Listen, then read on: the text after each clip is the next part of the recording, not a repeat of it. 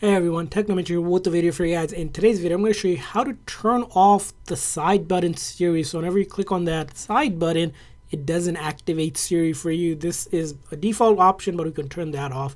In order to turn it off, it's really going to be simple. On the latest iOS version, simply go over to your settings.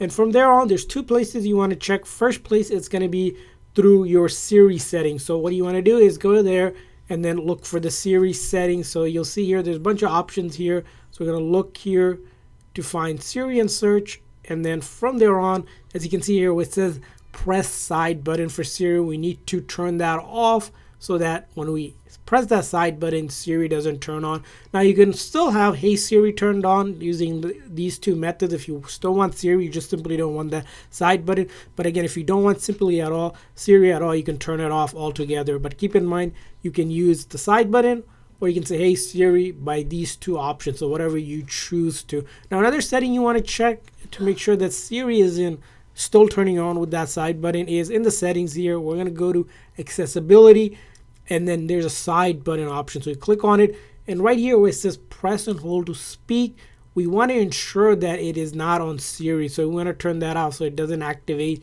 that Siri option. So you can see here, we turn that off, and this time if I press and hold, there is no longer a Siri. So these two settings you have to turn off if you completely don't want Siri turned on, or that menu that asks you to enable Siri. So that's what you're going to do to turn off Siri with that side button.